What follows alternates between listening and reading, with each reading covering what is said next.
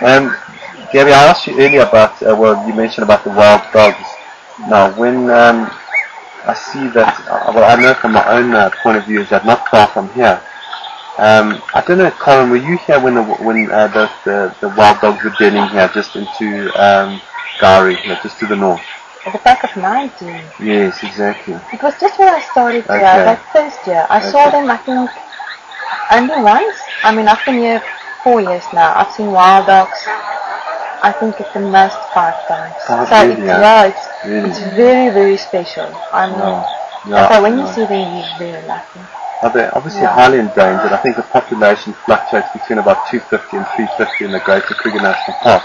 I think what's interesting to note is that when you look at, well, what's a viable number, wild dogs live in packs, and that 250, 350 group fluctuates with rainfall, is really made up of about 25 to 30 different packs. So really together they form one entity, one breeding entity.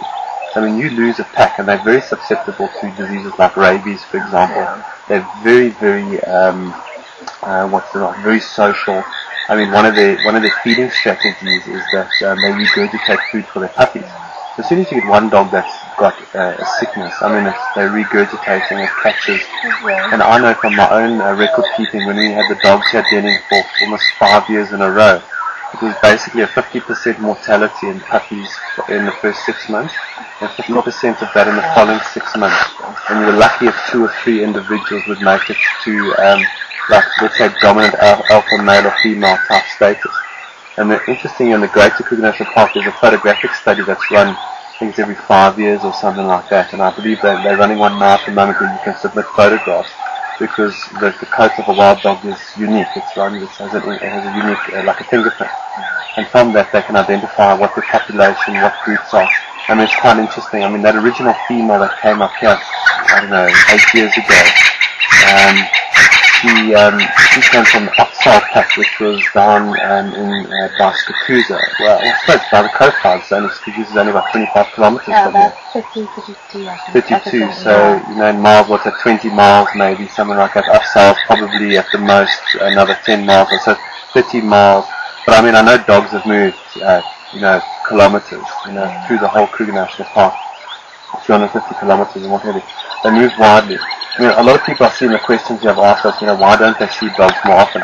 But I think, the thing is that dogs strictly aren't territorial, like your lions are, like your leopards.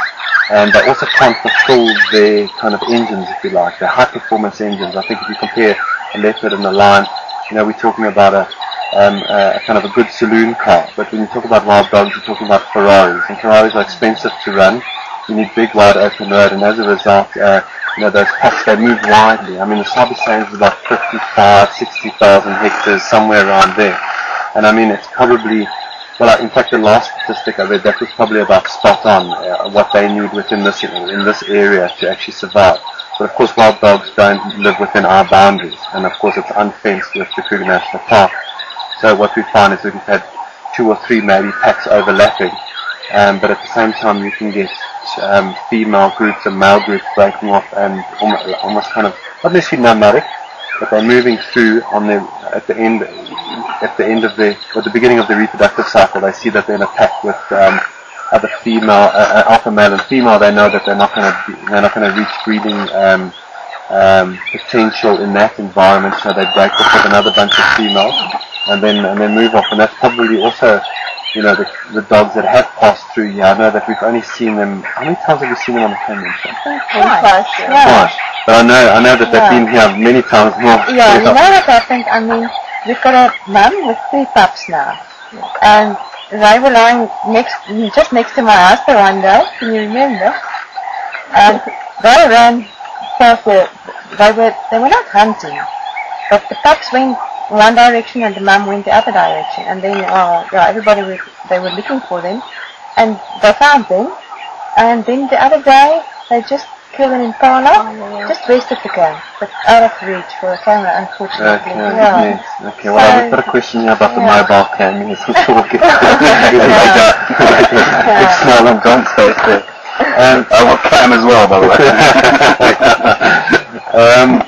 Leah has asked the question here, is that Has any range at Nkorho Pan, it's Nkorho Lodge, the pan is named after the lodge, had the opportunity to name any of the animals, and if so, which ranger and which animal?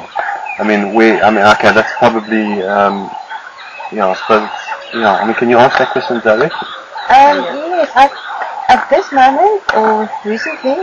What's the last time that somebody in your staff or at Nkorho has actually named an animal? Alex and Chris. Yeah. They named the leopard a female. Okay. Yeah. The puppy. Yeah. It is named after the Danish farm that's just behind us. Okay. They found it. Yeah.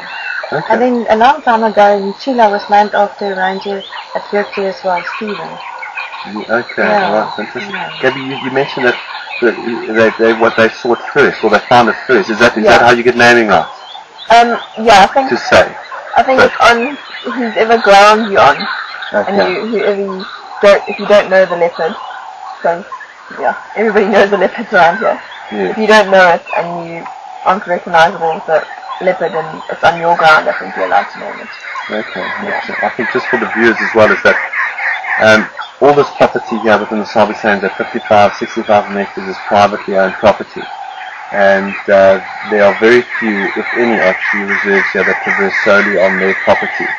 There's always traversing right onto opposites, and some is shared and some is not, and there's politics, and we're not getting to that right now. But nevertheless, so that's, I think, just in reference to what Gabby's saying, is that probably first right goes to the owner, but certainly I think from my experience is that it's that ranger that has found it first or discovered a youngster really has a good opportunity of actually naming that individual. So just on that, how do you propagate the name? I mean, how do you get everybody else to know about it? I mean, okay, sure, you guys can sit there and do up a great name, but how does everybody else get to know about it? Radio, yeah. Okay, so they're all in contact. Yeah. So, like you guys, well not you particularly, but one of the rangers from Nkorho will see Freddie. What the word? Freddie. You got Freddie. Is it? Freddie the frog. On the screen, on the camera. But he's not very well, is he well known? Very well. Probably to the rest of the world as well. It's all watching. Oh, cool. Okay. Yeah, so by radio. Okay. Let's go through this because I've got to get through these pages, otherwise I'm going to have some disappointed viewers here. Yeah, we're approximately 10 minutes over production time. Okay, sorry, let's speed it up. You know me, I never make my deadlines. So. Absolutely, neither does Africam, by the way. Yeah. We try hard though. So Definitely. Very hard. Okay. Wild dogs, we've gone through that one. John, a question for you, or possibly I could answer this myself, is that what piece of equipment is the most difficult to maintain at Nkorho Pan? Gamble. I was about to say, John, you took the words out of my mouth. A piece of equipment, thank you. Piece of equipment.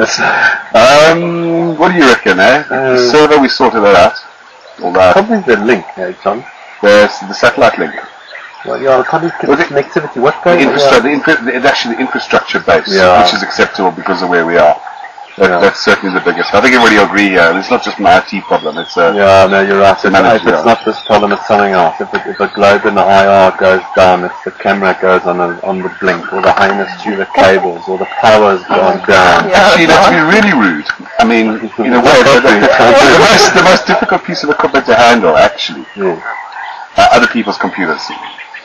Yeah, because everyone's got different operating systems. That's a good point. Different systems and what have you, and everybody's different, and like we're all individuals, right?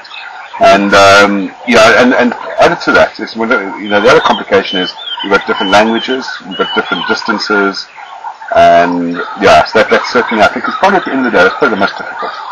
I think you're right, and I think that's from the viewer's perspective, and I think. It's not the blame's not on the viewer. The problem is that we've just got so many platforms.